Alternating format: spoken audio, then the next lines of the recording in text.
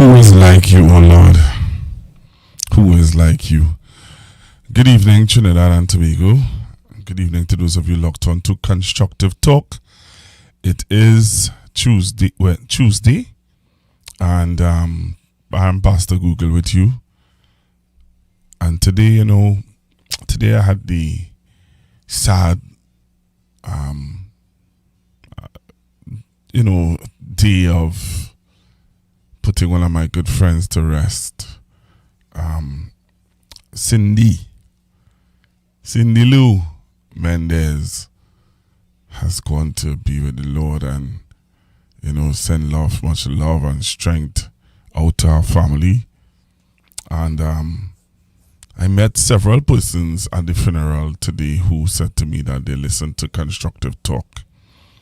I met two ladies walking down Frederick Street after I was coming from the funeral who said to me, "Hey, Pastor Google, you don't know us, but we are silent listeners to Constructive Talk."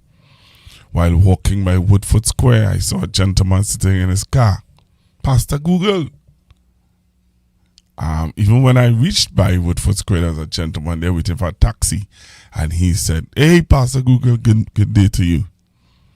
So, to all the persons who would have greeted me today, let me say, thank you all very, very much for,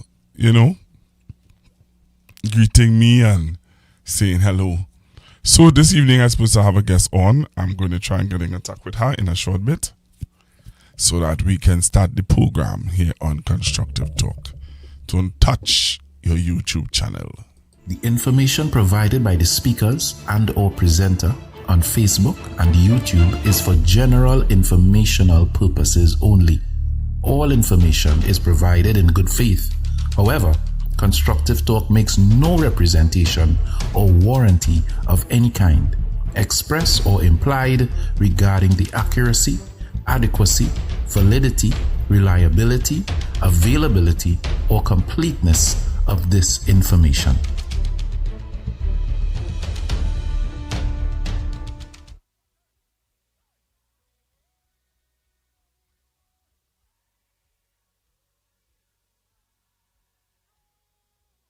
The information provided by the speakers and or presenter on Facebook and YouTube is for general informational purposes only. All information is provided in good faith. However, Constructive Talk makes no representation or warranty of any kind, express or implied, regarding the accuracy, adequacy, validity, reliability, availability, or completeness of this information.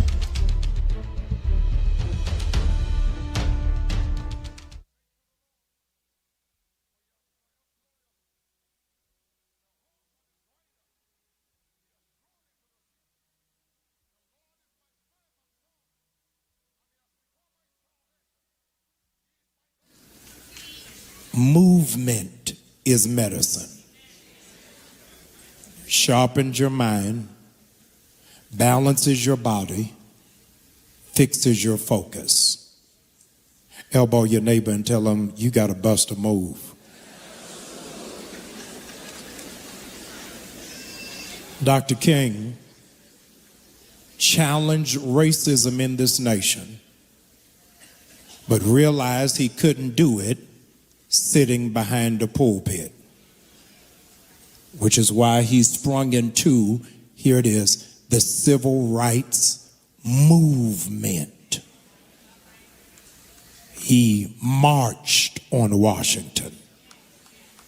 He pulled down the curtain of segregation for the mistreatment in the South to be seen by the entire world.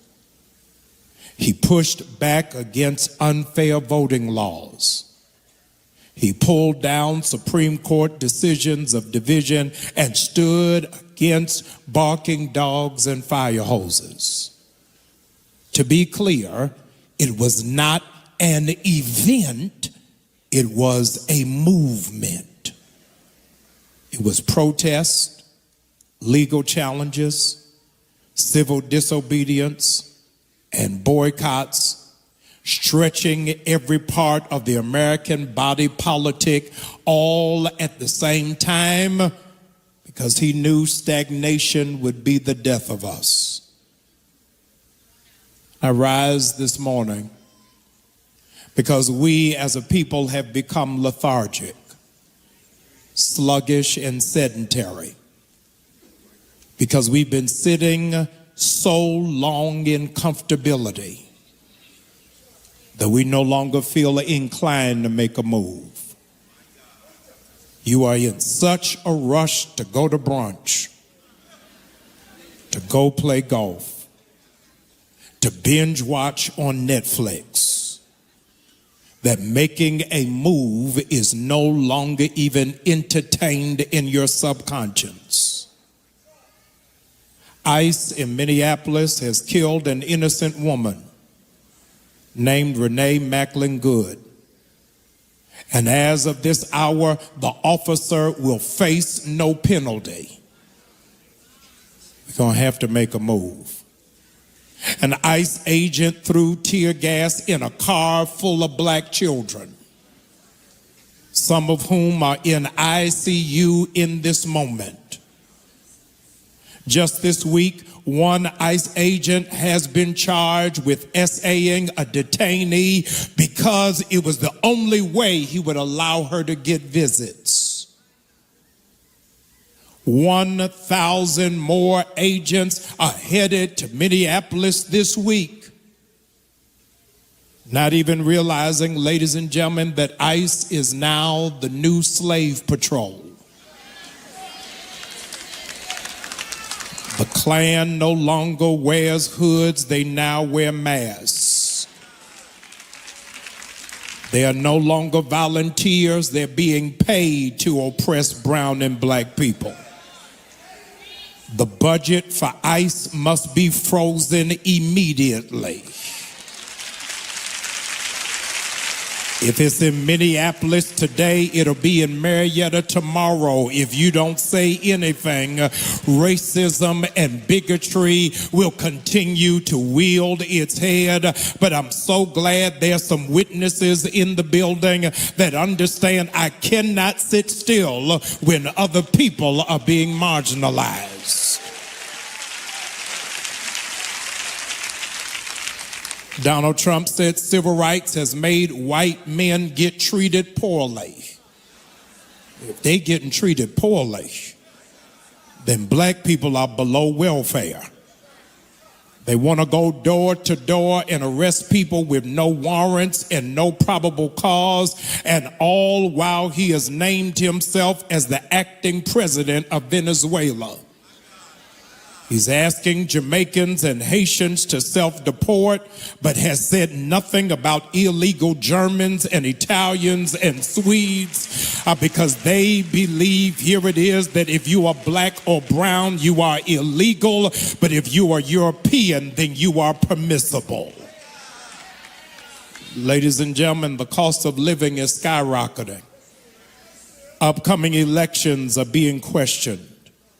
And military leaders who speak up for accountability are having their pensions being cut. We need a movement.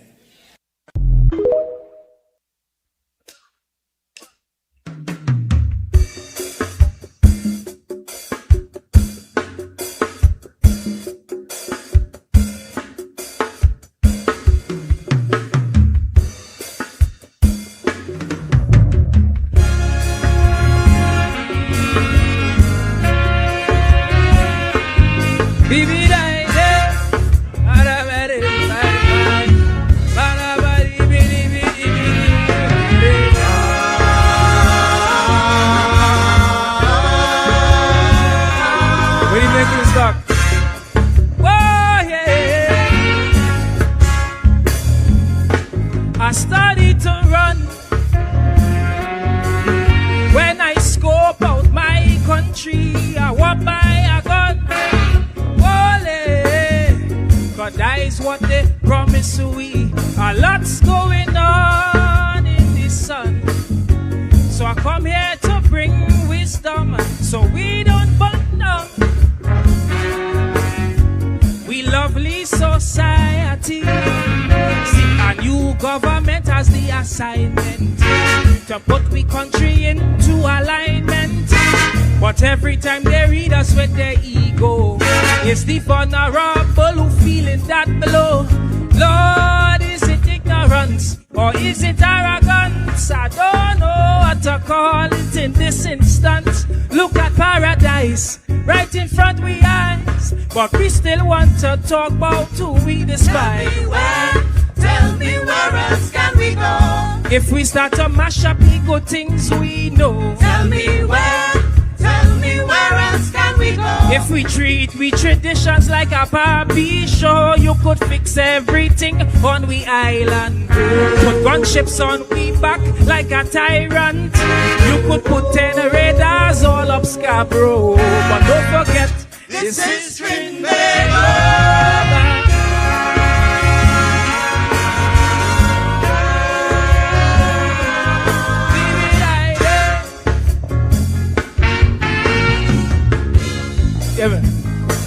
We love we freedom,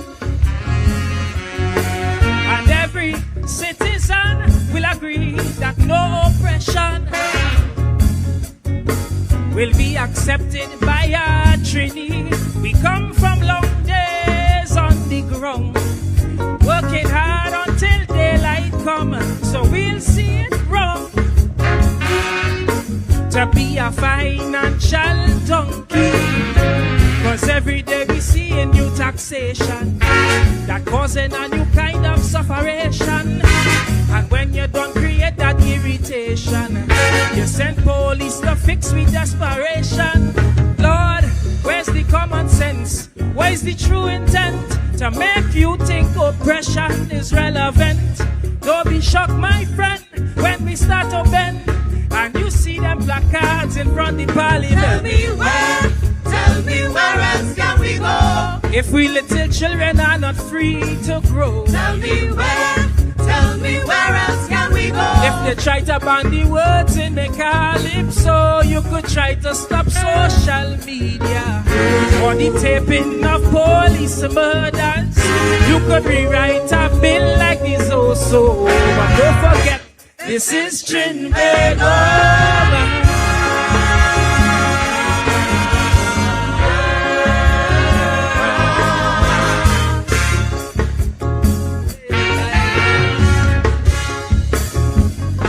Take one look around. Even lingo and all could see confusions in tongue, and it's affecting everybody. Politicians and Facebook trolls, even Kaisonians lost their role. The world's upside down, and I'm worried for my country. Cause every day I see victimization, racial and social aberration. We saying is love need to go wrong, but we spreading this thing like a toxin. Man, things getting so tense, some can't pay their rent, and the effect of this feeling permanent. But what scares me though, just so that you know, is the money we about to borrow.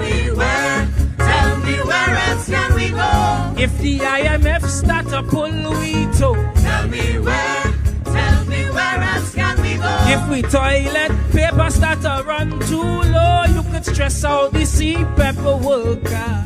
Take a fool and make him a leader. You could change every board cause it's your show. But don't forget, this is Trinidad.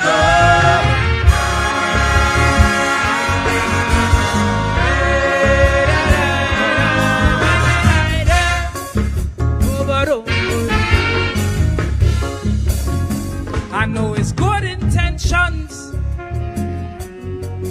we Prime Minister have for we, but brutal measures would only cause rebellion in TNT, like what caused Cambule in times of old.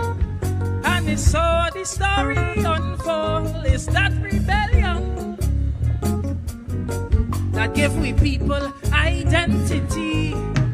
So careful how you deal with we intellect, cause DNA remembers every aspect.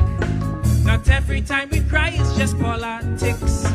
Your mind could start to play you some dirty tricks. Look, remember that honor comes before minister, and that's why we give you so much power. So don't let us down and don't let us frown. We need to see our 360 turn around. Tell me where else can we go? If your promises that look untrue, Tell me where else can we go? if your own voters losing trust in you, you could do what you want with what intent.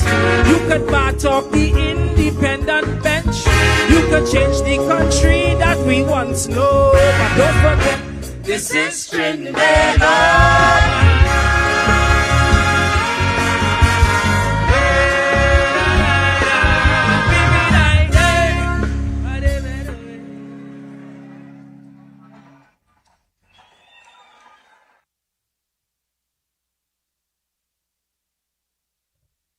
All right, good evening, everyone. That was Good evening, everyone. That was Mr. Helan Francis. And this is Trinbago. This is Trinbago. Yes, it is Trinbago. It is Trinidad and Tobago. And there's so much to talk about. So much to talk about. You know, something caught my attention this evening in the news. And that is one of the reasons why I always tell you guys I like to listen to CNC3 news, you know. Because CNC3 somehow or the other always do, or they always touch on something, boy, that leaves me really impressed with what they talk about, how they talk about it, and how they present their news. I am impressed with CNC3 news. Because many of you have been asking questions about something in specific that I'm going to talk about. I'm going to show you what they talked about this evening. Two things in the news this evening jumped out at me. And when it jumped out at me, I said, wow. I literally said, wow, look at that, eh? CNC3 is not letting up. And we should be thankful to them. They are one media house that are not afraid to ask the hard questions at times. There are times when, yes, they do drop the ball. Like me, there might be times when I do drop the ball. But there are times when CNC3 don't drop the ball at all. They just bowl a ball and make you smile.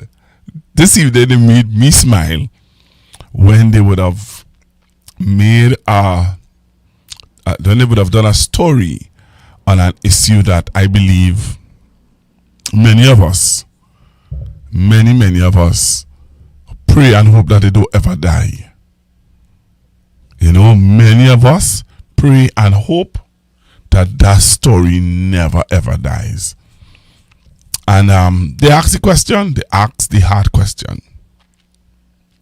They did ask the question. Well, they did ask the question, but they talked about it.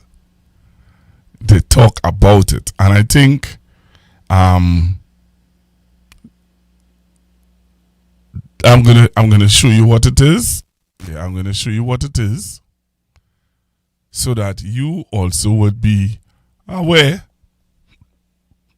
You also would be aware of what's going on. You need to be aware of what's happening. You know, last night we talked about the economy, we talked about the oil and gas and stuff like that. And there was an interview done on TTT. And I think that interview, they pull it because the gentleman was being brutally frank, honest, and true. And I feel they pull that interview. TTT. So yeah, Trinidad and Tobago. And those of you who are on the live, good evening. Thank you very much for joining me on Constructive Talk. I know there are a lot of other platforms that you could have been on, because there are a lot of other platforms apparently now are coming out and being on at the same time I am on, which I don't have a problem with. That is your right. That's your right to jump out and be on whatever time you choose to be on. But this time, I have consistently been on at this time. So many of you know me and know what I stand for and know exactly what I would do and how I would do what I do. This evening, I was supposed to have the president of the telecommunications trade union, the president of that union. Unfortunately, she said to me that she is extremely tired. She had to take a sleeping pill because she's really tired, and she wants to apologize for her not being on this evening. But she said that she will be on with me. She gives me her word that she is going to make arrangements to be on with me so that we can talk about what's happening at TSTT. All right. So we did make arrangements for her to be on with me tonight, but unfortunately, and sometimes we have to respect when people really tired, you know what I mean, and train. And she, to be honest, is one of the trade union leaders who we are seeing and hearing a lot of. We're hearing and seeing and feeling her presence. All right. But I want to show you all this clip from the news this evening, CNC3 News, where they were talking about the Heritage and Stabilization Fund. And I want to hear from you this evening. We're continuing the discussion, we're continuing the awareness, we're continuing to speak out. But we're talking it in context of what about what's happening in Trinidad and Tobago. All right, so I'm going to pull that clip for you. I'm going to play it for you from CNC3 News, and I want to hear your views on it, because you all are the ones who at times say that what boy, you are at times say things, things we forget, and we throw things out. We're not going to throw this one out. I promise you, I'm going to play this one for you, because I want to hear your views on it. Really do. All right. So, as we get ready to go to the clip in a short, again, as I said, I want to hear your view. Your view is very important, especially where this is concerned. All right.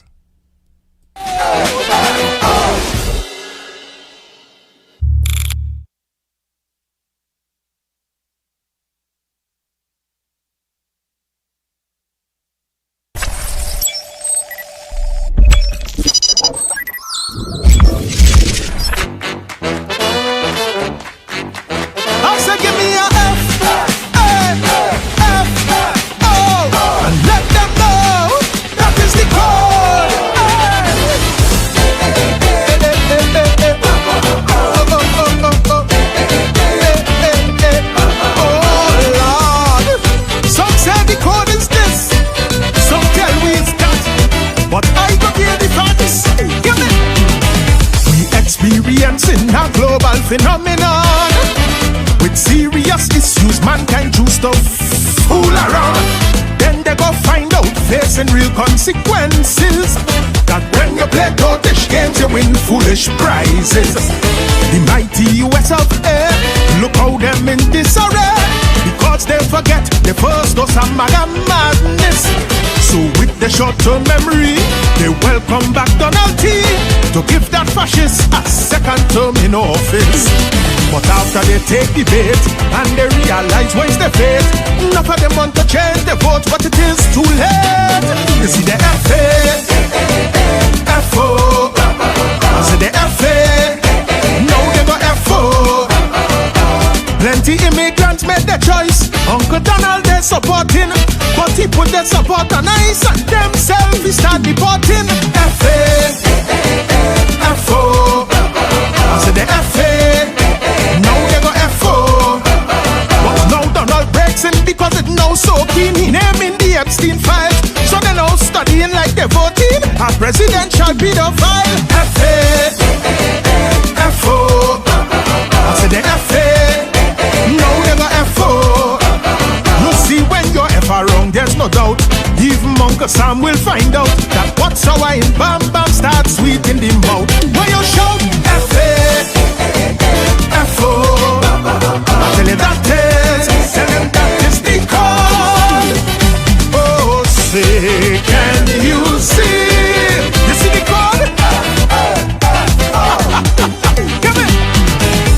Oregonian love all fours, you know that is the truth.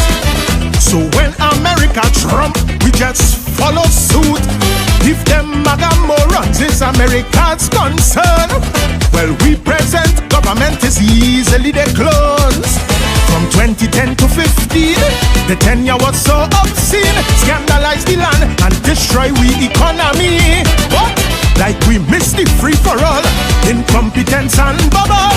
So we bring them back to finish mash up the country. And as they assume their roles, as set a square. Around $410 million was withdrawn from the Heritage and Stabilization Fund during the 2025 financial year. Around $410 million was withdrawn from the Heritage and Stabilization Fund during the 2025 financial year. Around $410 million was withdrawn from the Heritage and Stabilization Fund during the 2025 financial year. But despite that withdrawal, the country's sovereign savings account still grew, ending the 2025 financial year with roughly $6.3 billion in net assets. That represents an increase from about $6.1 billion the year before, as strong investment returns helped offset the drawdown. This was revealed in the 2025 Auditor General's report into the HSF. The report does not compare withdrawals from bipolitical administration, as both the UNC and the PNM would have been in power during the 2025 financial year. It, however, stated the fund recorded a profit of roughly $664 million over the period, helping push the overall balance high despite the withdrawals. But one of the concerns raised by the Auditor General's Department is that the Board of Governors failed to meet between May 17th and August 19th, 2025, despite the law requiring that it convene at least once every 2 months. Around $410 million was withdrawn from the Heritage and Stabilization Fund during the 2025 financial year.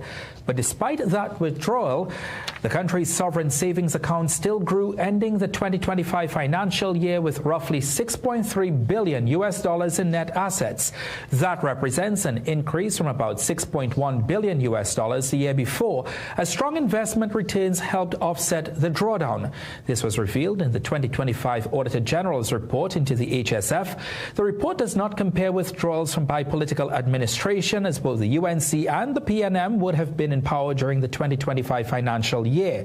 It, however, stated the fund recorded a profit of roughly $664 million over the period, helping push the overall balance high despite the withdrawals.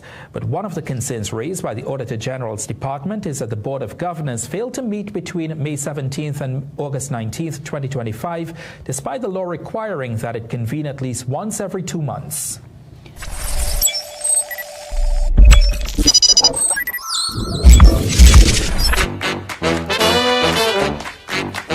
I said give me a F, O, and let them know that is the code.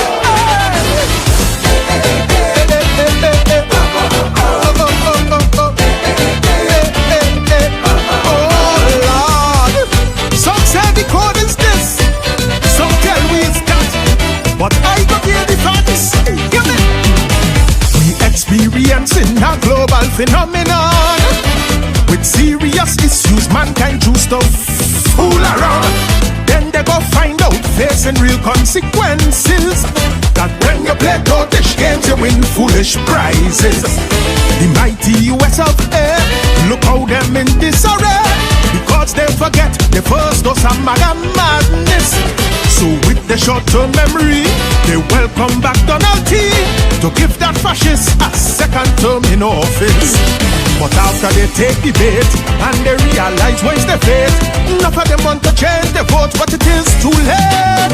You see the FA, FO, you see the FA, now they go FO. Plenty immigrants made their choice. Uncle Donald they supporting, but he put their support on ice and themselves he start deporting. FA, FO, I said the FA, now they go FO. But now Donald breaks in because it now so keen. He naming the Epstein files, so they now studying like they voting a presidential pedophile. FA, FO, I said the FA, now they go FO.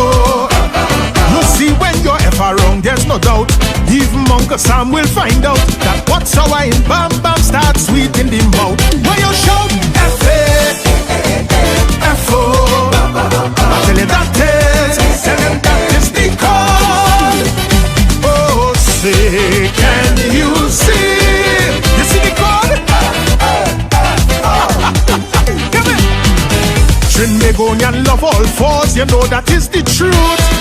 So when America Trump, we just follow suit.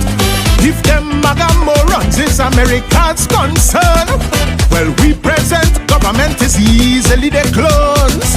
From 2010 to 15, the tenure was so obscene. Scandalize the land and destroy we economy.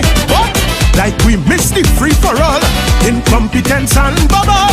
So we bring them back to finish mash up the country. And as they assume their roles, I set a square peg in wrong holes. Now plenty people who help them win at the polls.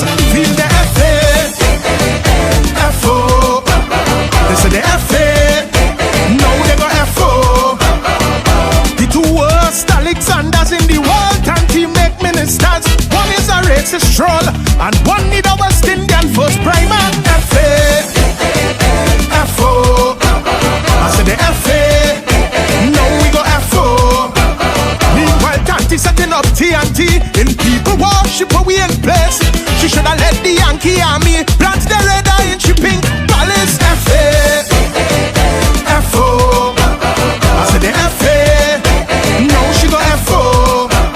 You see when you're FA wrong, there's no doubt. Persona non grata must find out that what's our in Bam Bam start sweet in she mouth. Sing it out, FA, FO.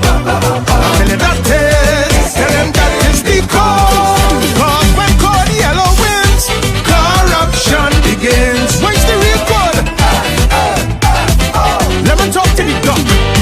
Doc, you had the mandate of most of the electorate, not to mention the support of your party base.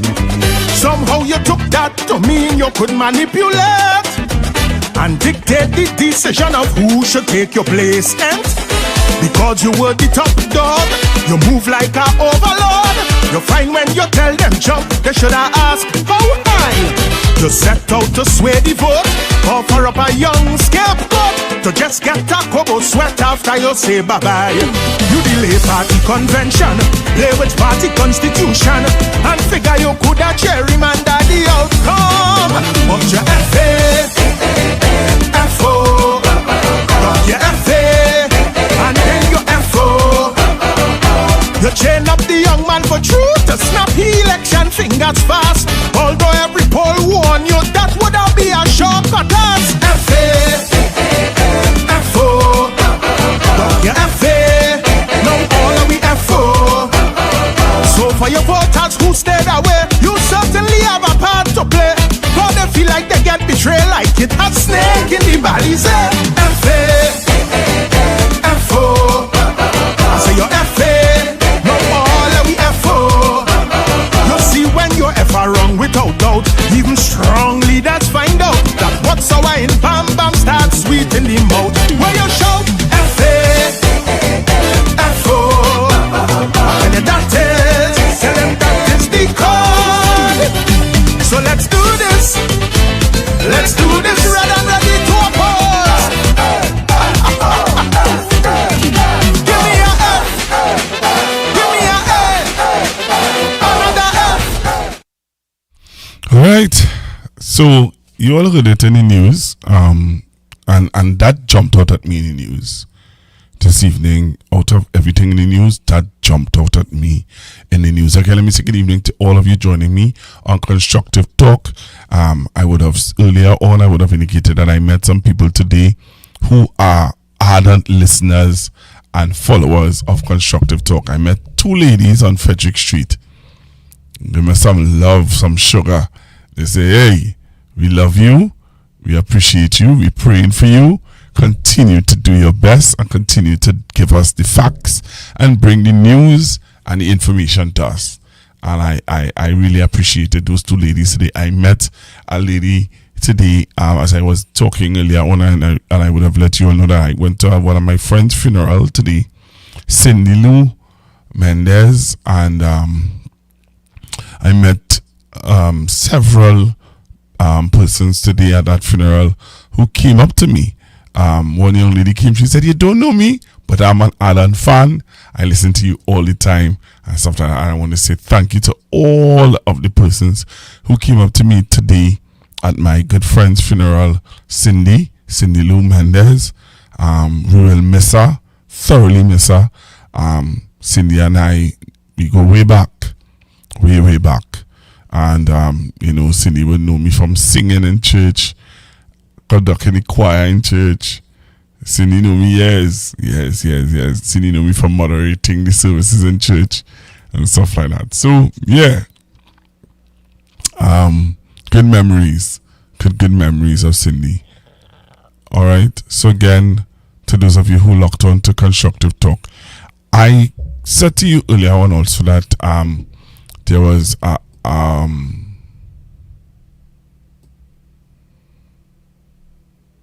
a story that I saw on TTT that caught my attention, and the reason why I said I really wanted to play it for you guys because we would have how to put it, spoken about it last night. We would have touched on it last night. So I hope I do get to play it for you guys. No, I'm not getting to. I don't know why this is happening, but I'm going to get it to play for you guys. Alright? I am going to get it to play for you guys. But in the meanwhile, also yesterday I would have said to you guys that I find I was hearing from the Minister of Energy and Energy Industries, Dr. Mulilal, about what's going on in the energy sector in Trinidad and Tobago. I said that to you all last night. I had some concerns that I wasn't hearing from the Minister of Finance also about what's going on in Trinidad and Tobago. So, yesterday, one of the callers, Mr. Brian, would have indicated that, hey, the Minister of Energy did spoke about what's happening in the energy sector. Briefly about it at the, what they call it, the press conference, the, what do you call it again? Post-cab. He did talk about something at post-cab, and I want to play it for you guys. I want you to listen, and then I'm coming back and I'm being brutally frank and honest with you guys. Right? I'm going to play it, but I'm going to be brutally frank and honest with you guys when I play this clip.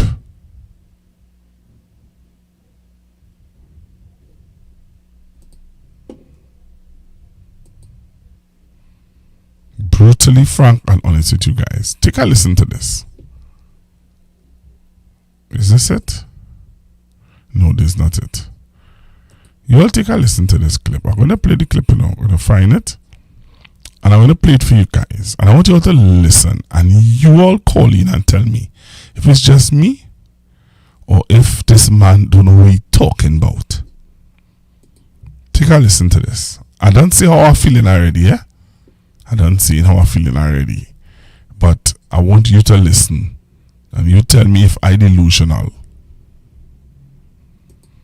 So take a listen to this.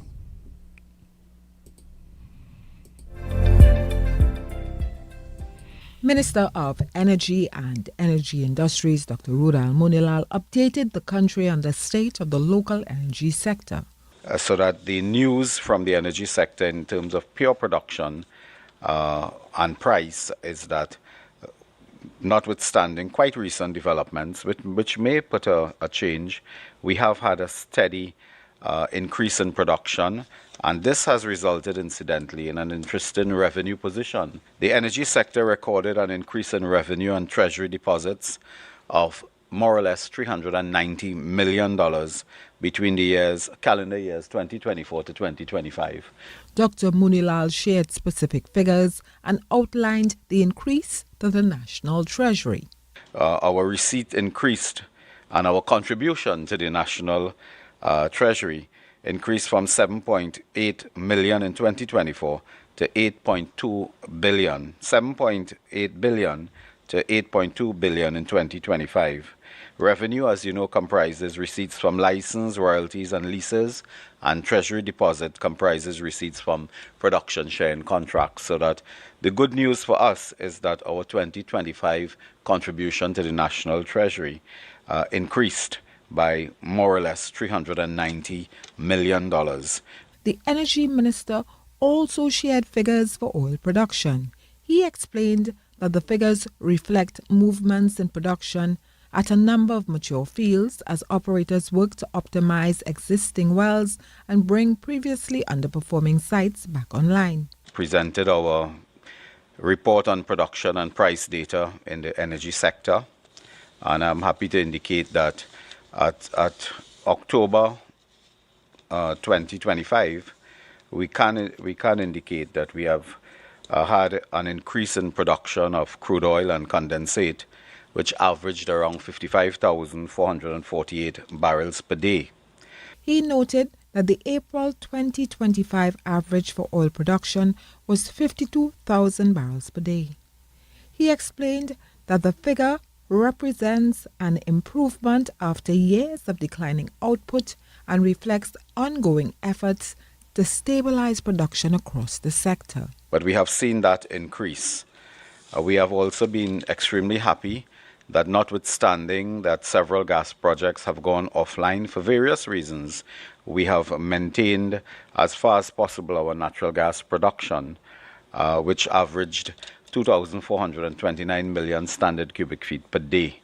We expect that will also increase in the coming months, given several of the projects that will come online. Dr. Munilal also noted that the government expects 2026 to continue that upward trend, both in terms of oil production and the sector's financial contributions to the national treasury. I am Terry Ann Brown Campbell, and this is Evolving Energy.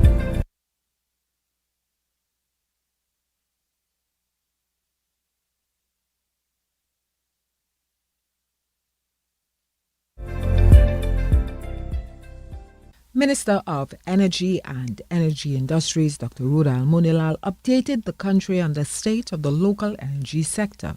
So that the news from the energy sector in terms of pure production and price is that, notwithstanding quite recent developments, which may put a change, we have had a steady increase in production, and this has resulted incidentally in an interesting revenue position. The energy sector recorded an increase in revenue and treasury deposits of more or less $390 million between the calendar years 2024 to 2025. Dr. Munilal shared specific figures and outlined the increase to the national treasury. Our receipt increased, and our contribution to the national treasury increased from 7.8 million in 2024 to 8.2 billion, 7.8 billion to 8.2 billion in 2025. Revenue, as you know, comprises receipts from license, royalties, and leases, and treasury deposit comprises receipts from production sharing contracts. So that the good news for us is that our 2025 contribution to the national treasury increased by more or less $390 million. The energy minister also shared figures for oil production. He explained that the figures reflect movements in production at a number of mature fields as operators work to optimize existing wells and bring previously underperforming sites back online. Presented our report on production and price data in the energy sector, and I'm happy to indicate that at October 2025, we can indicate that we have had an increase in production of crude oil and condensate, which averaged around 55,448 barrels per day. He noted that the April 2025 average for oil production was 52,000 barrels per day. He explained that the figure represents an improvement after years of declining output and reflects ongoing efforts to stabilize production across the sector. But we have seen that increase.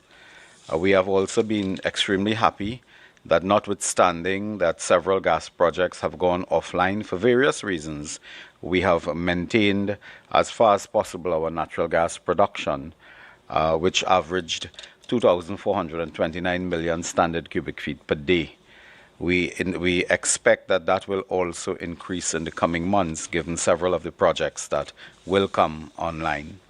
Dr. Munilal also noted that the government expects 2026 to continue that upward trend, both in terms of oil production and the sector's financial contributions to the national treasury. I am Terry Ann Brown Campbell, and this is Evolving Energy.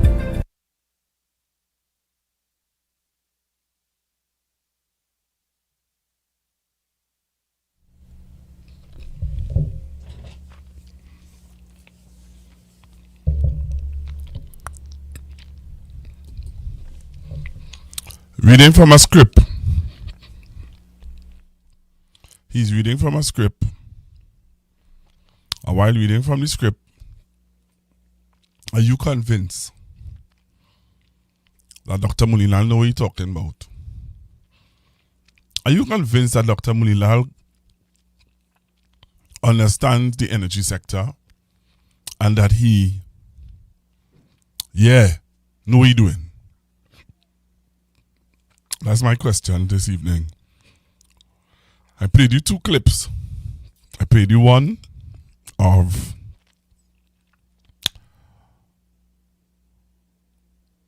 the Heritage and Stabilization Fund. Are you comfortable with what you heard? We haven't gotten proper accountability. We haven't gotten a proper account on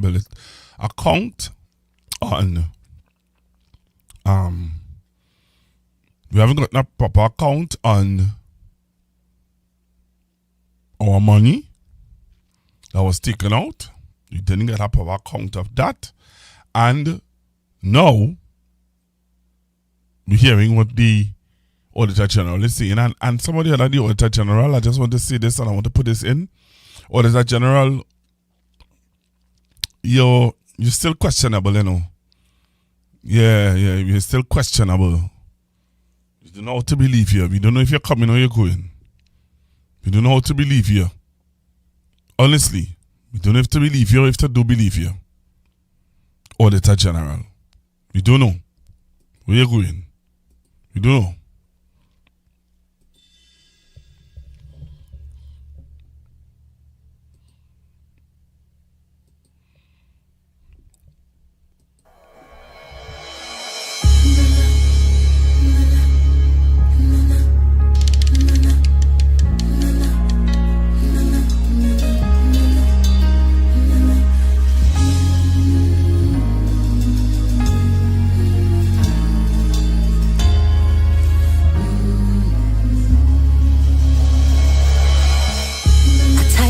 Worried and I'm feeling the pain. My faith's been tested time and time again. Oh, but my spirit is determined to believe and to overcome life trials that seem to never done. But still, I kneel before you with a praying song. Lord, I come to pray for the strength and the faith that's required. Amen. I pray for my people to not lose their fire. Amen. Sending prayers for those who suffering in silence. Amen. Grant them wisdom, cures, clarity and guidance. Amen. I pray for the young and I pray for the old. Cover their minds, Lord, don't let them lose control. Though we stand in sin, our transgressions are many.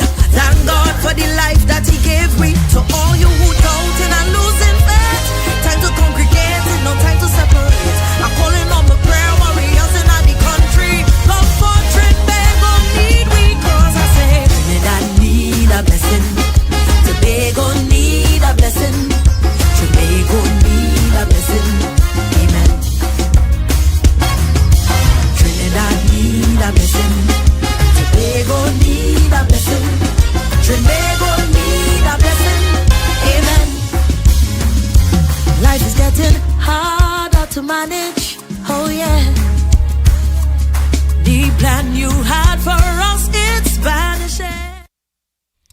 All right. Okay, so I'm ready to take your calls now. I just had to do some adjustments because I realized I wasn't hearing myself. And I don't know if you were hearing me.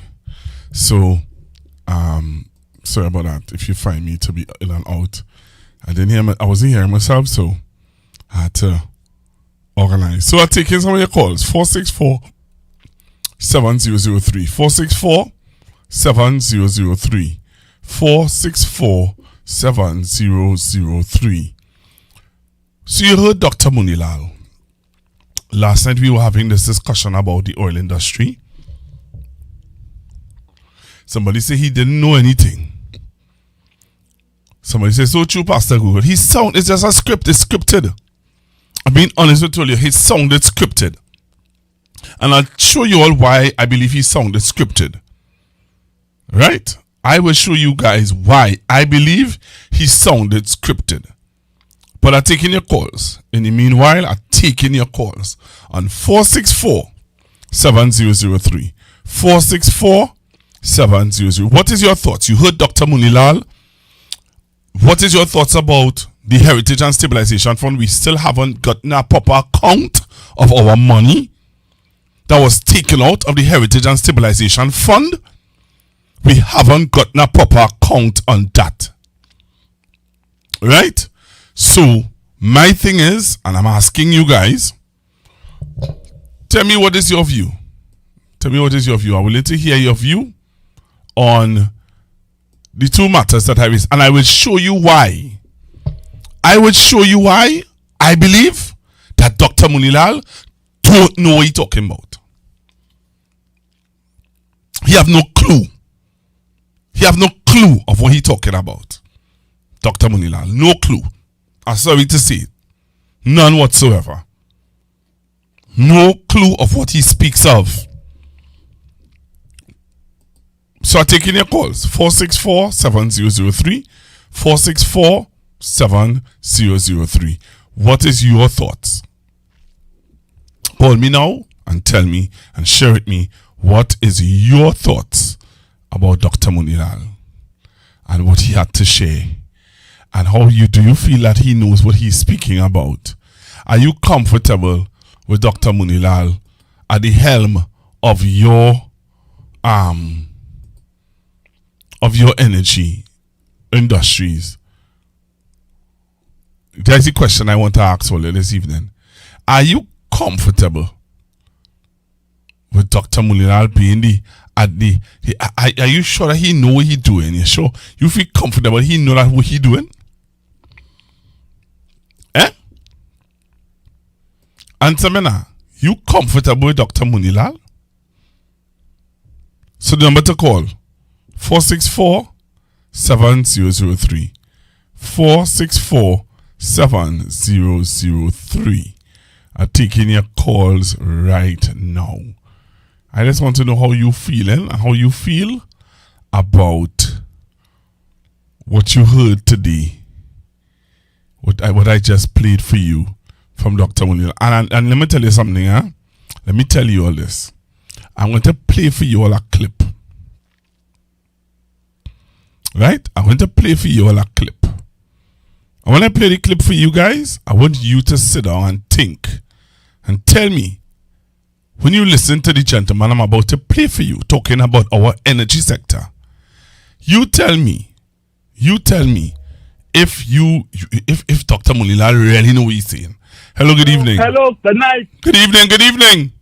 Yeah. Yeah. I just want to say that when I Google and all the listeners, I don't have no confidence in Munilal. Munilal is not no expert in the oil and gas industry. I mean, he expertise in more industrial relations and things, and matters and things, and he was a lecturer at the university and things like that. But when coming to the oil and gas industry, you don't know what he's talking about. He is what you call a neophyte in the area that. But if you have technocrats and stuff, right? You have technocrats and those persons in the ministry who can guide you, who can direct you. You don't think that he have that? I think he had that Western fellas too and was proud and arrogant in a kind of way. They won't listen to people like how Churchill and the Ferrer listening to the people and in the the thing. Number one, the moody phone. You see, he never going over that. It's a woman Penelope Backshire under the piano with Dr. Oli and Churchill. You understand? As them coming off it, the move that woman. She is the one who will be able to get them proper advice in terms of the oil and gas industry. But they I don't know who they follow. You understand what I'm saying, Google? Hello? You understand what I'm saying? So I don't think he is that he really ready. Sure, the best man to the oil and gas and Dr. Rodley because then they're talking about geologists.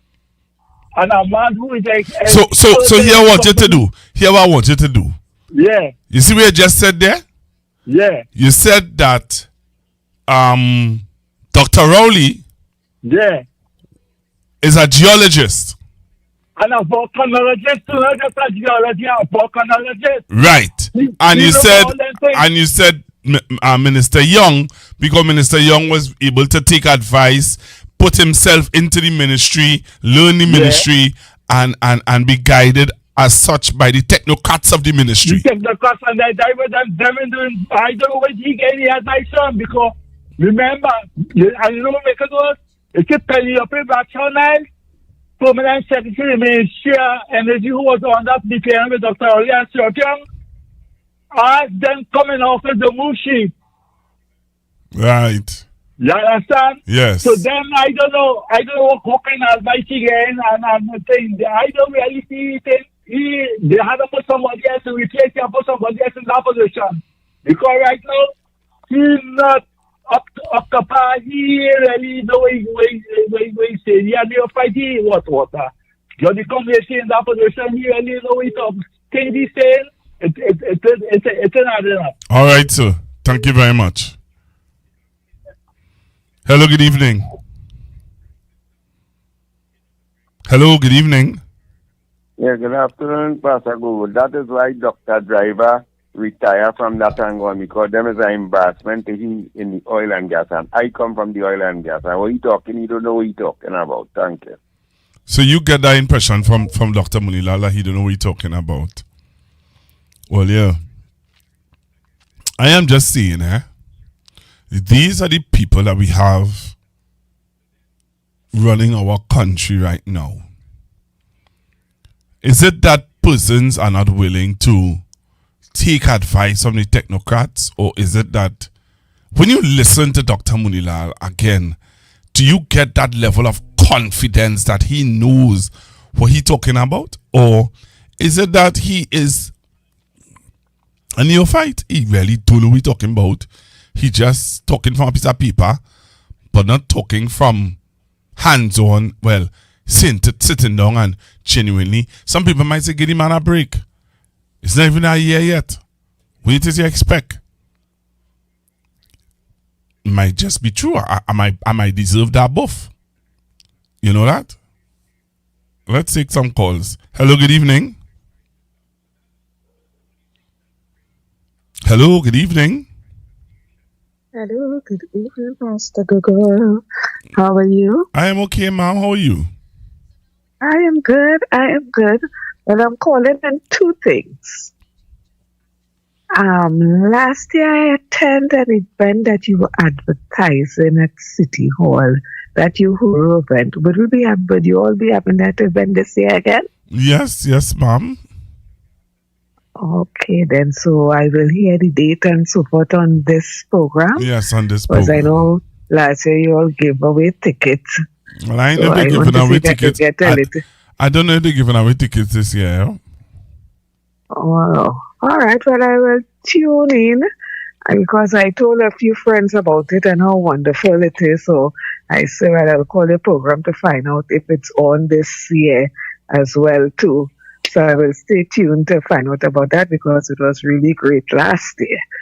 And on the Munilal affair, I think what may have qualified him to be the energy minister, I think was Jindal was the person from India who was interested in the refinery, and he say all manner of things about him that went out the door. Then Orlando was the company from Africa that was interested in the refinery, and he went and say all kind of thing about them. What he didn't say is what he forget about the finance. So I think based on that, that would have qualified him to be Minister of Energy. So that's why energy in such a bad state. Because I was listening, I didn't hear him, but from what you were thinking there, and certainly you can see that he does not have a clue what he's speaking about. And I don't know if the country is running on remote, because nothing seems to be happening. Absolutely nothing seems to be happening. More than all we are getting is talk.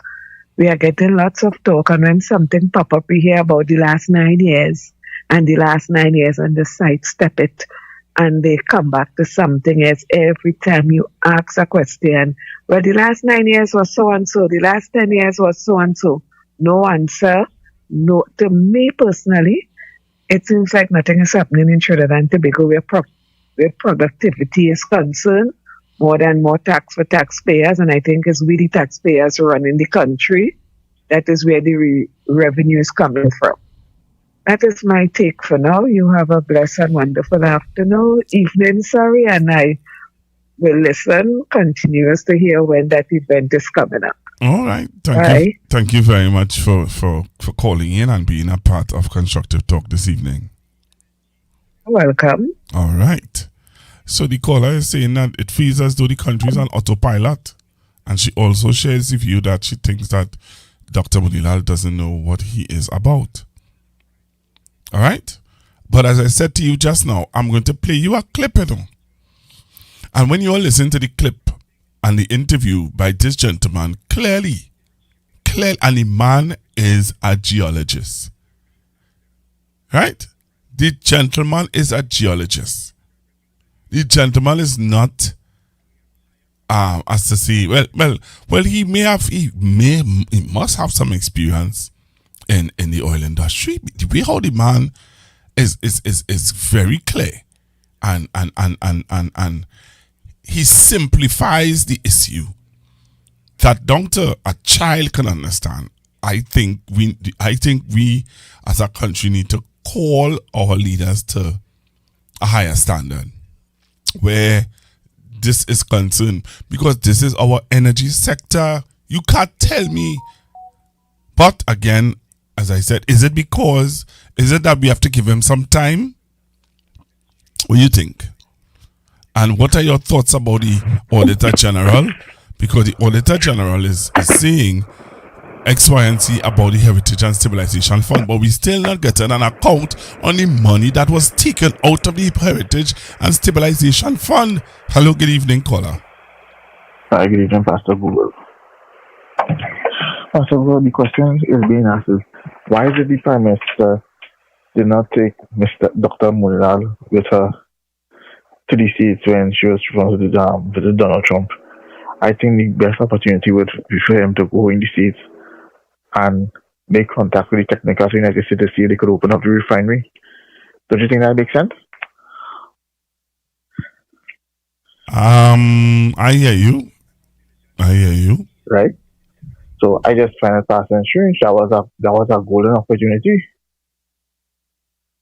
And now all she gets is what's happened. So I don't know.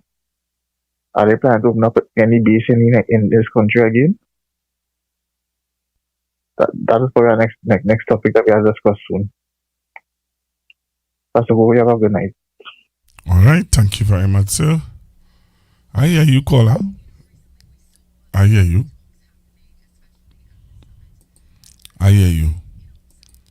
So, we're taking your calls. 464-7003. 464-7003. What is your thoughts on the matter? If you're now joining us, what are we talking about? What are we talking about? Okay, so what we're talking about is, I played a clip a while ago of Dr. Munilal talking about the energy sector. right?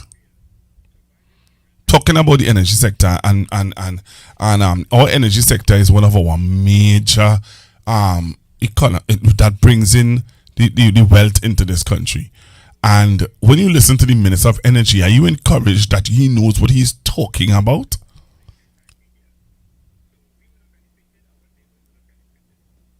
Huh? Are you confident that he knows what he's talking about? But I'm going to play for you now a clip. Right? I want to play for you a clip of a gentleman who was sharing on the local energy sector. And I want you to listen to him. And you tell me if Dr. Mulilal is chalk and cheese to this man. Chalk and cheese. Chalk and cheese. Right? So I want you all to listen to the gentleman. Take a good listen to him. And while I'm at it, I want to tell you, even when you listen to attorney generals under the People's National Movement, clearly chalk and cheese. I want to know what's going on in our country. What really going on?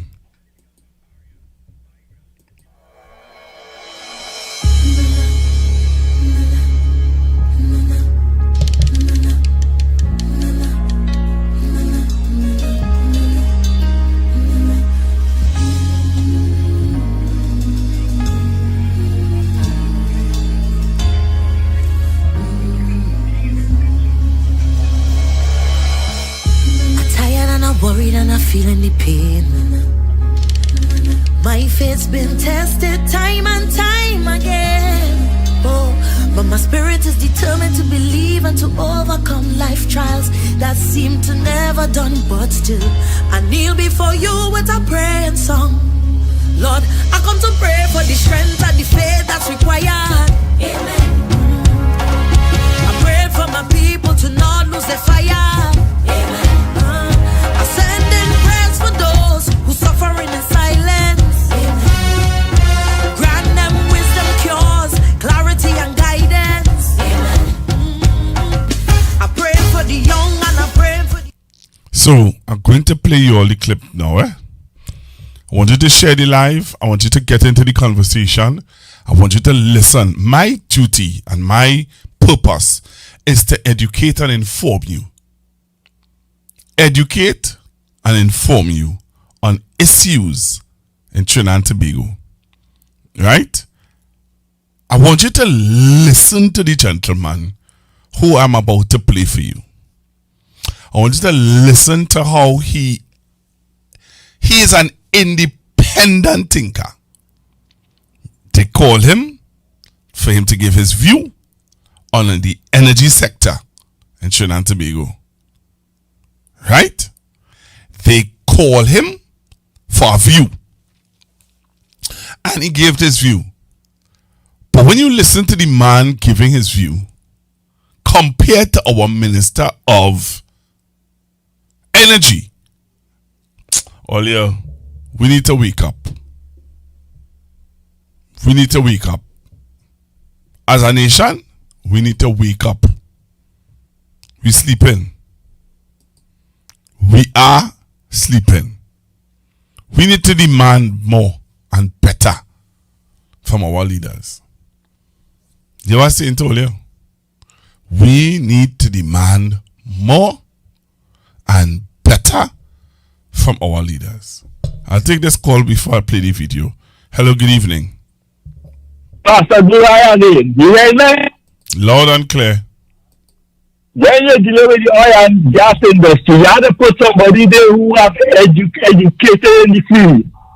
Somebody who has experience in the oil and gas industry field. You understand? Somebody who has geology, who study the oil and gas sector over a period of, let me say, 10 years plus 15 years. You put people who like to have the experience, we expect that. Yeah, but to be quite honest, sir, I hear you, and while I yeah, but what I'm saying to you is that Minister Young didn't have the experience either. But he didn't have the experience, but he was an expert in company law. You're still able to go and negotiate. Yeah, but what I'm talking about, okay, all right, caller. And you have to try to advise him. Yeah, all right, okay. So all right. you understand? All right, okay, yeah, I hear you. But that was going on, then you are going to do it. And the Heritage and Stabilization Fund, right now the government is telling you how to spend money, how much money to get. Right? You get so much million you went away, you private and you get some money. Nobody knows what to do with that money because she patient immediate answer question.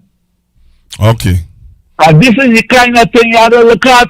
Right now the country really and out of island. Alright, later. Goodbye. Okay, sir. All right, so let me play for you now. All right, so let's play for you now. This the gentleman I was talking to you all about. Take a listen to this.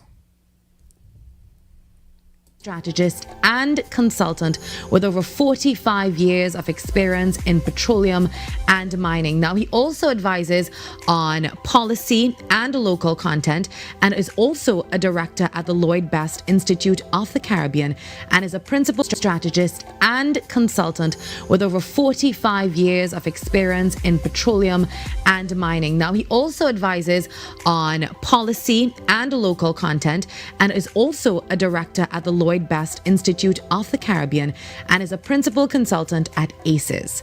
Well, as we said before, he's joining the show now to chat about all the hot topics this morning, especially the ones that are affecting the oil and gas sector. So joining me via phone is Mr. Paul. Good morning, Mr. Paul. How are you this morning? Good morning. I'm doing very well. Thank you very much. And thanks for having me. Not a problem. And we are so appreciative that you're going to be weighing in on everything that's happening. Well, the hot topic, overnight we saw that drastic drop in oil prices after Mr. Trump spoke. So can you please explain, the current situation for those who are unfamiliar with what's happening? The situation in the Middle East, why is it causing oil prices to fluctuate globally? Okay, so as all economists, everybody thinks about economics knows prices are a function of supply and demand. And once the war started in the Middle East, Iran threatened to block the Gulf of Hormuz. As you know, 20% of the world's oil and commodities and oil products pass through that strait. So immediately that puts strain on the market in terms of supply. And of course, as expected, that would push up prices. And that's what happened. And that is interesting because it then puts pressure on the main player in this war, President Trump, because his big election promise was to bring prices down, to bring cost of living down to Americans. And as anybody who's followed American news, the biggest indicator of the economy of prices in the United States is the cost of gasoline. Americans drive a lot. And of course, as soon as the war started, there was fear that the prices might go up. And it did go up quite a bit, and for good reasons. Like I said, the supply shrunk, and of course, the prices went up. But then something else happened more recently when Israel attacked some of the oil facilities in Iran. And that created a lot more pressure. That's what pushed the prices over $100. And if you were following the news, you might have heard that President Trump doesn't appear to have been happy with Israel for that, and for obvious reasons. And then that statement yesterday that the war might be short, I think, is a measure of softening the market, helping the market get a little comfort. Markets move on confidence, and nobody knows how long this war will last. And of course, once prices go up, they will stay up if people think the war will last a long time. But saying the war will be shorter, I think was meant to bring prices down. So those are some of the things that bring the price fluctuation into play. Mr. Paul, thanks for that, for breaking it down for us. So now we come to the most important question. How do these global changes actually affect Trinidad and Tobago, and particularly fuel costs and the wider economy? Right. So Trinidad and Tobago benefits from exporting oil, natural gas as liquefied natural gas, and products from natural gas. So those prices will go up. On the other hand, Trinidad doesn't have a refinery anymore, so we import all our fuels, except for some LPG, which we produce out of the natural gas. So kerosene, diesel, gasoline, even asphalt, we need to import. And those prices will go up, have gone up in the international market. So what will happen to the consumer is that the government of Trinidad and Tobago subsidizes those fuels, and therefore the price is kept at a fixed level for the consumer. The trouble is the government has been having difficulty meeting its obligations to fulfill the subsidy, and as we know, the government is running a deficit budget. So if this price goes much higher or stays higher for long, then the government subsidies will increase to a significant amount, where there will be somewhat strain on the treasury. So at the moment, people in Trinidad are protected from the higher prices at the moment. And it turns to the question of, are we getting more for our exports? Well, yes, Heritage exports oil and Paria exports oil from some other producers. So those go to the market. We'll get some more revenue for that, for sure. And we export LNG. And as you know, LNG prices are way up because not only is the Gulf shut down, but Qatar, the second biggest producer of LNG in the world, has shut down their facilities. So LNG will go up. And in addition to the price of the commodity going up, the price of shipping will go up because 20% of the cargoes are in the Straits of Hormuz, and so therefore in the Gulf. So therefore those ships are locked in there, and the ships that were about to go in are full of cargo. So there's a shortage. So all the questions I was asking last night, only realized the gentleman answering it, right? All the questions, everything I was asking last night. How it is Dr. Munilal can't do this, boy? How it is Dr. Munilal, because he's the Minister of Energy and Energy Affairs. How it is he can't break it down like how this man breaking it down and explaining it to us? Well, this is what will happen, this is what will happen, this is what will happen, this is what will happen, this is why this is happening. How it is? How what? Is that neophyte? Is that dunce? We have as a minister? He can't explain himself. But as somebody might tell me, the man only there for a year. You can't expect the man to know everything. Well, then hire men like this man to advise you, to write your notes, so that when you stand up in front of Trinidad and Tobago, you can explain yourself. Because if I play back Dr. Munilal now, only going to tell me I'm wasting time and only will come off the live. Because what Dr. Munilal saying and what this man saying, Olia, leave me alone with it, eh? We serious, boy? This what the yellow code is all about? Nah. Listen to you, man. Listen to this. Only gonna take some more education. Of shipping. And of course, insurance rates will go up. So although we may get a higher price for the LNG we sell, we'll have higher costs. And one of the challenges Trinidad and Tobago faces is that we only own, in the current setup with Train 1 shutdown, we own 11.11% of the cargoes in Train 4, which produces nameplate 800 million cubic feet per day, but it's less than that. And our Trains 2 and 3, which together can process a billion cubic feet per day, we don't have any. So we only have a fraction of the LNG. So we only benefit from that. The majority of it is sold by BP and Shell. And as I've spoken about and written many times, they have a practice where they sell to their affiliated parties and report at a price lower than the market, a process called transfer pricing. So we don't get the actual value. And part of transfer pricing also includes ways of manipulating shipping and insurance prices, which we haven't addressed in Trinidad, but is a real factor in transfer pricing. Bottom line is we get less revenue than the real value of the LNG, and we have higher costs for the cost of shipping and insurance than the market actually, equivalent market dictates. So how much we will get more is a question of how diligent the government is at implementing the law. And the law does make provisions for the Minister of Finance to determine the price that we get and for determining what costs are recoverable.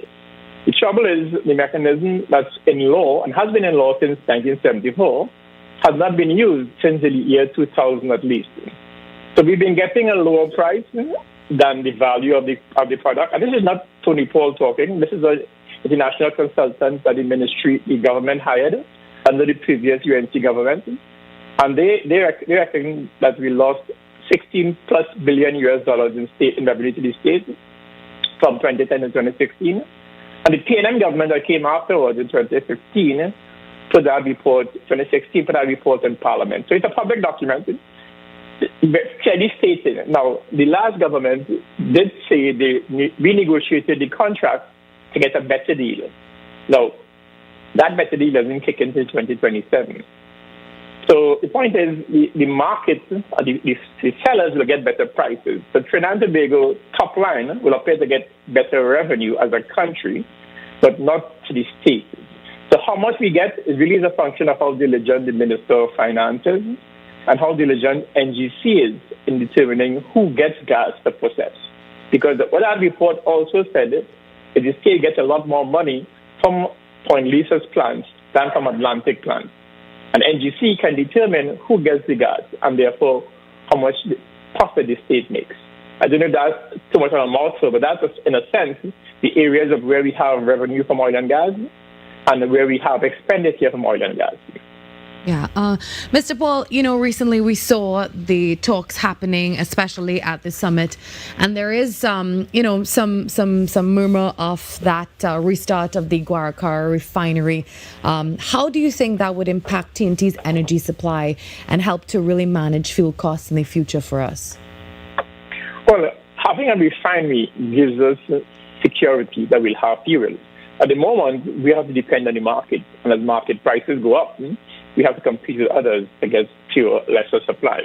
So having a refinery is a source of security for energy, not just for Trinidad and Tobago, but for the Caribbean, because Point-of-Sale provides the fuel to the small islands of the Caribbean, and could do it at a better rate because the short distances to travel allowed for smaller vessels to carry those cargoes, which means lower day rates for carrying the cargo. So all in all, the islands in the Caribbean would have benefited from having a refinery here. So we would have benefited, our neighbors would have benefited. So having a refinery operating would certainly help us, and we would get fuel at a cheaper cost. Yeah. Mr. Paul, I want to ask you this. The recent interest from the international energy companies, what do you think that means for Trinidad and Tobago's role in the regional energy market in general? Because we're seeing a lot of that talk, especially, the Minister of Energy was speaking about that, all these opportunities that might be popping up. Oh, it's a huge opportunity. I mean, Trinidad and Tobago has a lot of potential remaining under the ground in terms of oil and gas, and that's my opinion. And I used to be a geologist. I have a sense of what is there. And the fact that Exxon came in the East Coast, they are following that trend from Guyana and Suriname, which in geological terms is a Cretaceous play, Cretaceous age rocks they're going after. Now, Exxon, Shell, Total, Mobil, Chevron all competed to go after those same rocks onshore in Trinidad because those rocks were penetrated onshore and in the Gulf of Paria by wells in the past. And they competed, and a consortium was put together with Exxon, Chevron, and Total to go after those.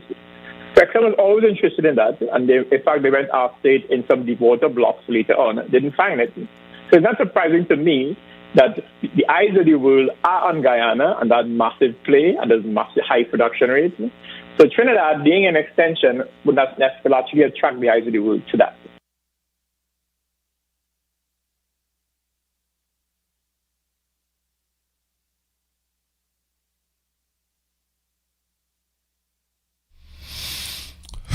I don't know what to say, I don't know what to say. You know what I want to say? I want to say this. Listen to this. Listen to this.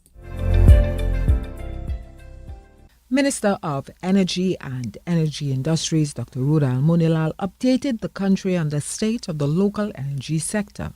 So that the news from the energy sector in terms of pure production and price is that notwithstanding quite recent developments, which may put a change, we have had a steady increase in production, and this has resulted incidentally in an interesting revenue position. The energy sector recorded an increase in revenue and treasury deposits of more or less $390 million between the calendar years 2024 to 2025.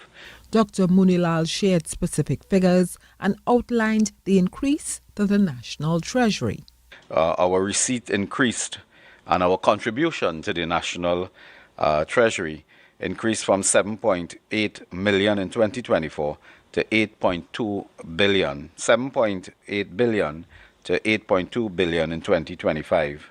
Revenue, as you know, comprises receipts from license, royalties, and leases, and treasury deposit comprises receipts from production sharing contracts. So that the good news for us is that our 2025 contribution to the National Treasury increased by more or less $390 million. The Energy Minister also shared figures for oil production. He explained that the figures reflect movements in production at a number of mature fields as operators work to optimize existing wells and bring previously underperforming sites back online. Presented our report on production and price data in the energy sector, and I'm happy to indicate that at October 2025, we can indicate that we have had an increase in production of crude oil and condensate, which averaged around 55,448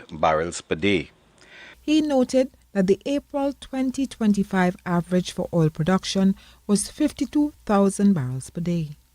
He explained that the figure represents an improvement after years of declining output and reflects ongoing efforts to stabilize production across the sector. But we have seen that increase. We have also been extremely happy that notwithstanding that several gas projects have gone offline for various reasons, we have maintained as far as possible our natural gas production, which averaged 2,429 million standard cubic feet per day. We expect that will also increase in the coming months, given several of the projects that will come online. Dr. Munilal also noted that the government expects 2026 to continue that upward trend, both in terms of oil production and the sector's financial contributions to the National Treasury. I am Terry Ann Brown Campbell, and this is Evolving Energy. Now, listen to me. I want to listen to me carefully. Dr. Munilal would have pointed out some figures. In 2024,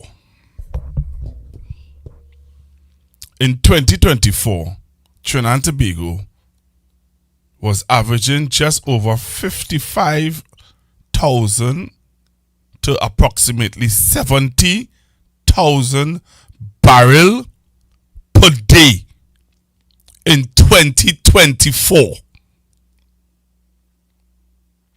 So when Dr. Munilal calling out those figures just now, I said let me grab up my phone and check to see if this man is telling something right. That's what I did. I took up my phone and I said let me check to see if Dr. Munilal was sharing correct information to us. You just Google it. Just Google what was Trinidad oil producing, or how much produced or of oil, the barrels of oil that Trinidad and Tobago produced in 2024. And it tells you here, in 2024 Trinidad and Tobago produced the average of just over 50,000 to approximately 70,000 barrels per day. You heard Dr. Munilal's average? So somebody, and then he talked about, oh, it's much more than this and that. No, Dr. Munilal, no.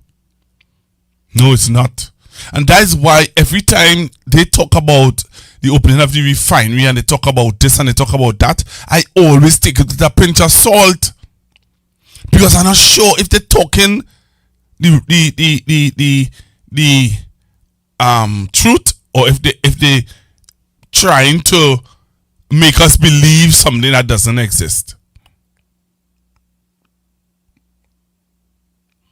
Right? Somebody said no, we should not cut him any slack because he likes to come across as he knew it all. Okay. But to be true, to be quite honest with you, Dr. Munilal was not the shadow minister of energy under the opposition. It was Mr. David Lee.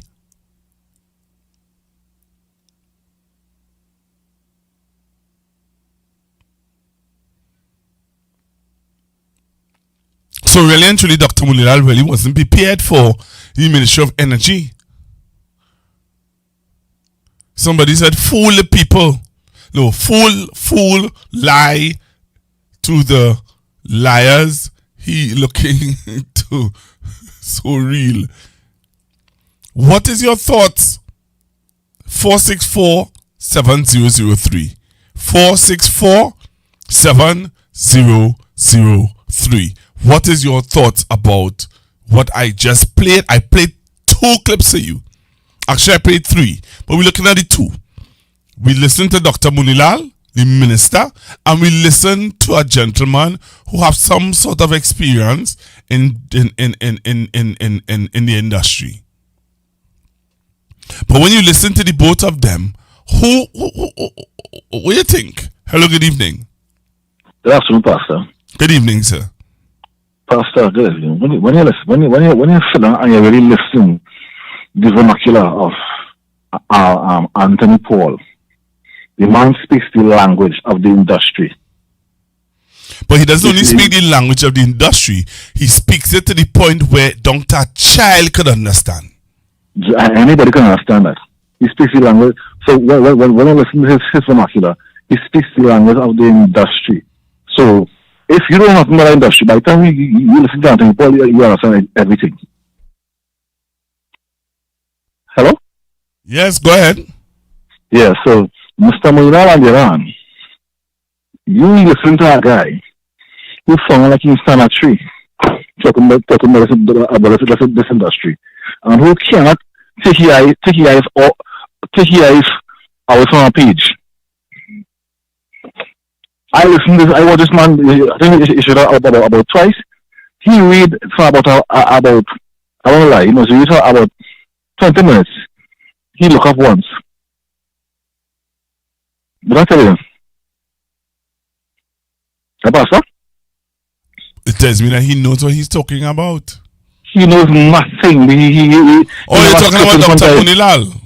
Munilal. Okay. He started. We show it twice. And he reads for about 20 minutes and look up once. Or even twice for the most. What I tell you? That he knows nothing about what we talk about. I thought we supposed to have our next minister of energy. Where he is? Oh, yes. Where he is? Oh, I forget about here, no? You see? He's getting paid. I don't see at all. Where he is? Yeah, he does. It's 2 of them we pay him. Where he is? And last time I checked, I think he was from that industry too. So where he is? Why you can't only give you an explanation? He can't open it out. So how you getting paid and you are alone looking for? But and according to the last person who text, I am not sorry for Munilal. Munilal does perceive that he knows everything. If that was somebody else, someone say, if that was a parent, so who will library pastor? If that was a parent minister of energy, so who will be the first man on the other side making noise? Pastor? Dr. Munilalande? Uh-huh. So I don't bring things for you at all. Because from the first time I listen to this man, I know he out of it up. I know he's not poor castle. Well, I hear before when I listen to the of Anthony Paul, the man speaking the language of the industry, the smallest child, the oldest man can understand anything Anthony Paul say.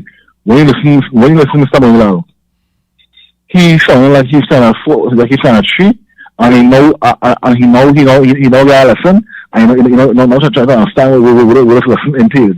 He is not sounding confident at all. One and two, like I said before, I watch him for about 25 minutes. He read it, and look about he was what you can about twice. It's so much. But I tell you, he knows nothing. He read from a script. Dr. Allison, I'm listening, please. Thank you very much, sir. 464-7003. 464-7003. What is your thoughts? What is your thoughts about what you heard tonight? I must say, I must say, boy, this government, after a year, nah, boy. Hello, good evening. Hello, good night, Pastor Google. Hi, good evening. Remember that Mr. Young was trained under Franklin Khan? Yes. Before he took up that course. Yes, you're right. Trained under Franklin Khan? Yes, you're right. Took up that course. Okay, good night. Good night. Franklin Khan and Dr. Rowley was trained under before he took up that course. Yes. He was a junior minister. He was a junior minister in the Ministry of Energy and Industries. Yes. And he was traveling everywhere. When Franklin Khan and Dr. Rowley went anywhere, he was always there. Yes. Okay, thank you. Have a blessed night. Same to you. Thank you for calling. All right, we're taking your calls. 464-7003. 464-7003. What is your thoughts? Share your views now. Tell me how you feel. Tell me what you think. Tell me what you think. Tell me how you feel about what I just played for you. All right, I'm taking your calls. 464-7003. 464-7003. While I wait for your calls, I want to play something for you that I find to be very interesting. Yeah, I find this to be real interesting from this blogger. When I heard this blogger did this, I said, wow.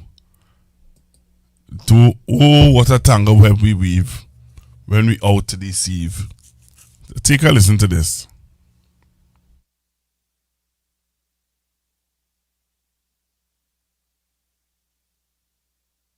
I'm going to call this video The Anatomy of Hypocrisy, and by the end of it, I hope you understand why I called it that. Do you all remember back in 2024 when Dr. Rowley re-signed the SOFA agreement with the USA, and you couldn't go anywhere on social media literally without seeing this photo? And the opposition was saying that this meant that they were going to bring US troops down here. Do you all recall the multiple news stories with the then opposition leader Kamala Prasad-Bisesa saying that this was going to take away Trinidad and Tobago's sovereignty? No, it's not like she didn't know better. In 2013, the then People's Partnership, aka the UNC government in disguise, signed a SOFA agreement, and then they came up with this long press release saying it had nothing to do with putting a US base on Trinidad soil. So her saying that and asking these questions was nothing more than riling up her support base, who then ran with it and started putting this photo all over social media, saying that Rowley was bringing the US here to take away our sovereignty. And then, after winning the election, promptly put a US military raider in Tobago. And you know why this is so notable? Because go back to this thing that I posted earlier on. Her words, not mine. Allow me to read it for you all.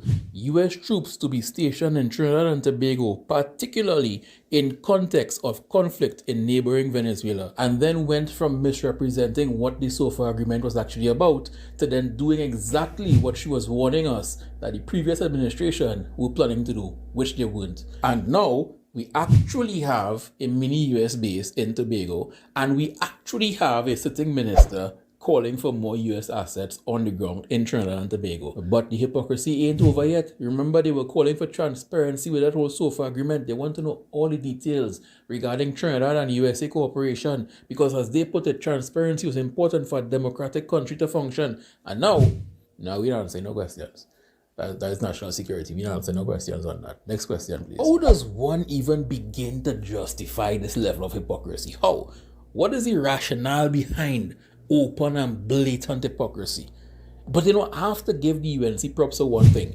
They may be a shit government, but they are very effective in opposition. Very effective. So effective. They catch me and all. I and all was out there talking about how Rowley bringing US troops into Trinidad and Tobago. I and all was talking that talk. Okay, I got take. Everybody get it? I got take at some point as well. You all got caught. Imagine how clever that has to be. They were in opposition and were telling us their plans, but were telling us their plans under the guise that it was the then ruling government plans to do it. All this time, they were the ones who planned to do it when they took office, and all of us took each up. I ain't taking that bait twice, but for now, you all deserve a round of applause for that move. But that is a despicable government in Trinidad and Tobago. That's a garbage government in Trinidad and Tobago. That lady is allowing Trinidad to be used as an aircraft carrier against Venezuela.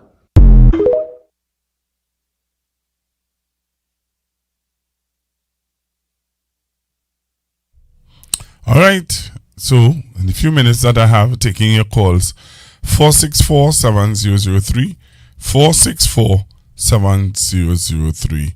What is your thoughts on what I just played for you? The information I just gave you. What is your thoughts on it? Because I'm telling you, at the end of the day, Trinidad and Tobago, we need to wake up, We need to wake up and see things for what it is. See things for what is happening. See things for how it's going.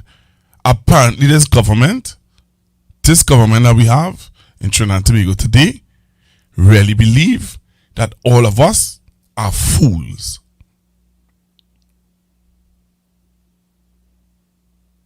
April coming, April coming. You just have 2 weeks again. 2 weeks and 3 days.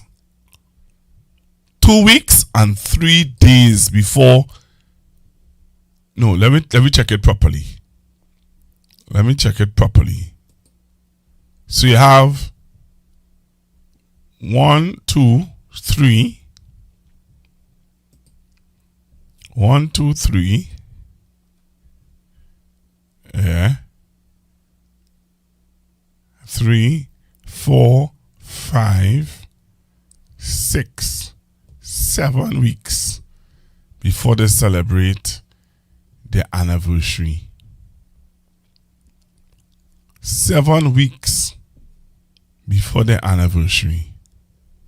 7 weeks, before the UNC celebrates how much days? How much? 100? No, not 100 days, A year in office. 1 year in office. How do you feel, Trinidad and Tobago? How do you feel about the code? How do you feel about the code? How you feeling about the code now? People sorry. People actually sorry. Imagine I'm seeing where people who work in, these people who they hire to clean for carnival and to clean parks and all of that, are actually crying out for their money. None of them since Carnival to now haven't been paid. Haven't been paid.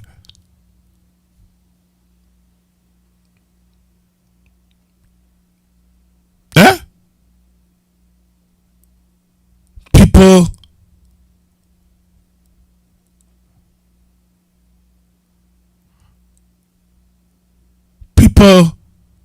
you telling me people work for Carnival, cleaning, and up to now they haven't been paid. They have them going all over the place cutting grass, and they haven't been paid. Hello, good evening.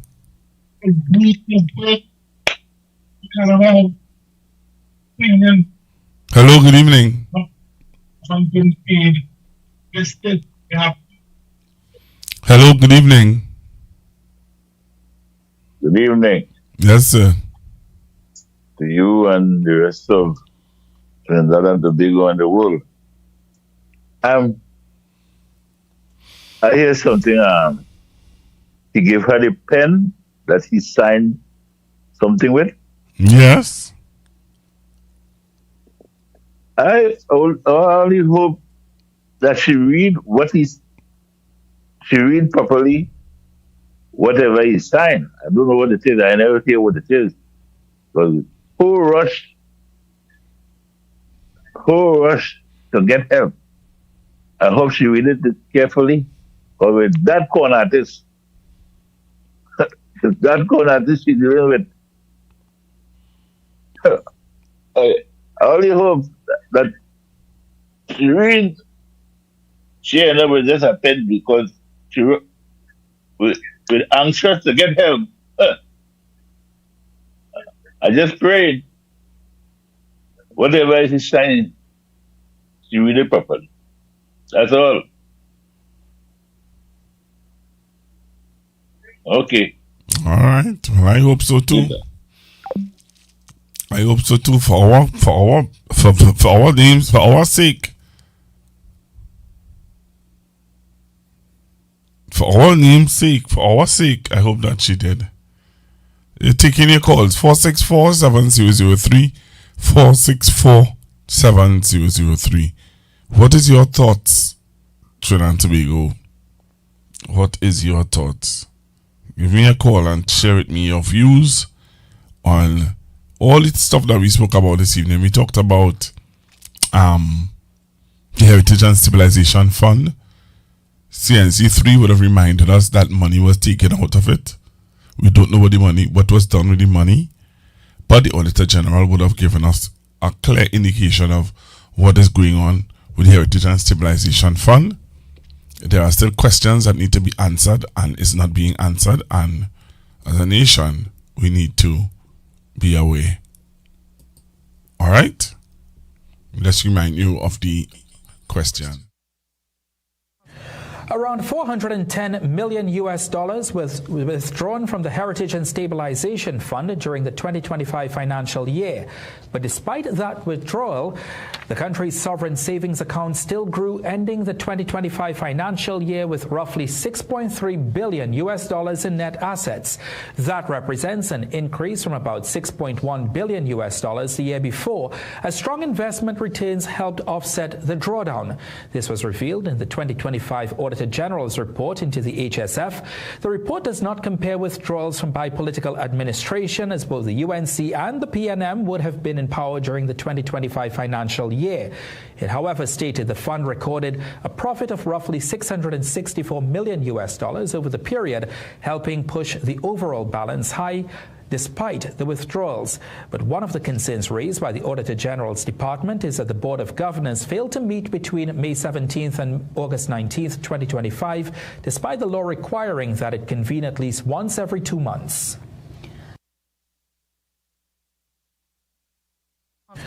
Around 410 million US dollars was withdrawn from the Heritage and Stabilization Fund during the 2025 financial year. But despite that withdrawal, the country's sovereign savings account still grew, ending the 2025 financial year with roughly 6.3 billion US dollars in net assets. That represents an increase from about 6.1 billion US dollars the year before, as strong investment returns helped offset the drawdown. This was revealed in the 2025 Auditor General's report into the HSF.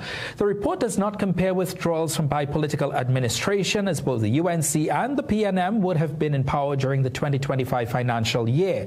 It, however, stated the fund recorded a profit of roughly 664 million US dollars over the period, helping push the overall balance high despite the withdrawals.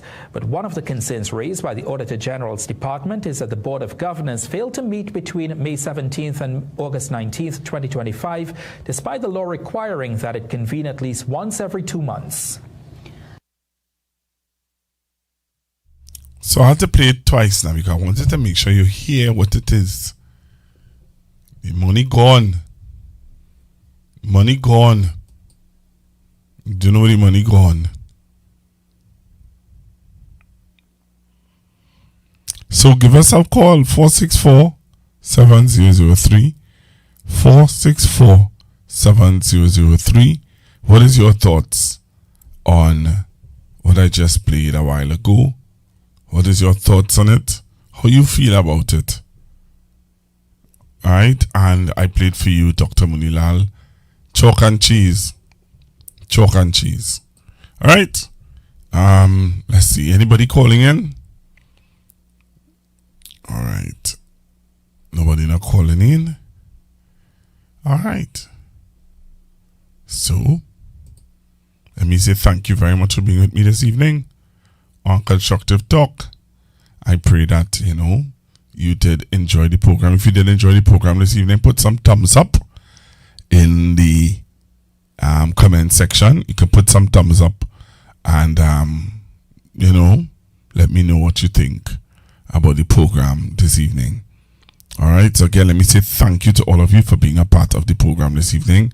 And for those of you who I met today, Frederick Street, Deliverance Temple, by Woodford Square, thank you all very, very much for your love and support and encouragement. Alright, so again, thank you all very much for being a part of the show today on Constructive Talk.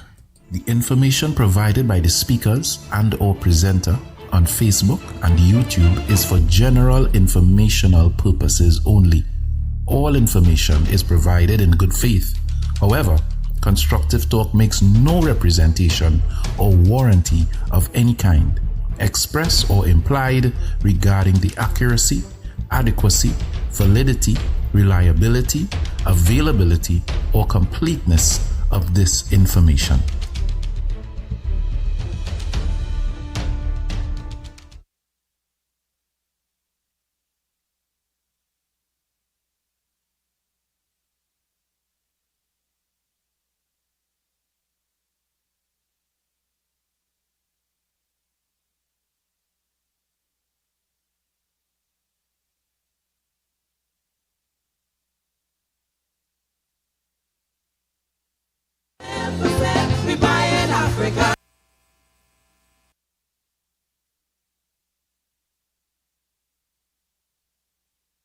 Song is Big Sail.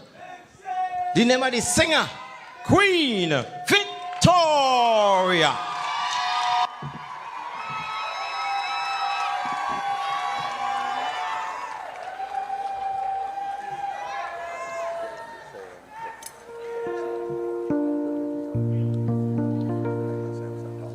Africans, for sale, for sale, for sale. Africans, for sale, for sale, for sale.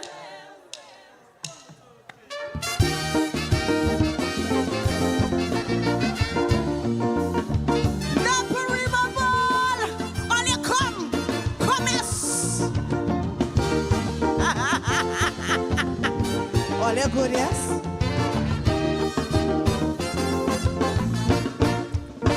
I was lying with some old men before the election, and Africans, well, I was amazed of their discussion. They were discussing the election of 2025. How Africans were selling cheap and UNC buying dead or alive. One old man shout out, fellas, give me your attention. UNC can't win by themselves, no election. You see, they're sitting and they're planning to make a decision. So she called out Shilaga, who the old FIFA wanted man. She said, call the trade union, let we start negotiations. And we could call out a big sale and we go buy out some Africans. Africans for sale, for sale, for sale. We buying Africans. Sing the thing. Africans for sale, for sale, for sale. We buying Africans. She don't have all she chance and she the honor rhymes. No, what she need is some slave names, man, some big strong Africans. Africans for sale, for sale, for sale. We buying good or bad. Africans for sale, for sale, for sale. Tobago and Trinidad. Oh, somebody pinch me. Hey, UNC sitting and they're waiting patiently. With about 16 safe seats, they don't win that already. The woman said, I have my people and they are born UNCs. Now all I need is some Africans who got their names out of slavery. She said that she hear they're really selling cheap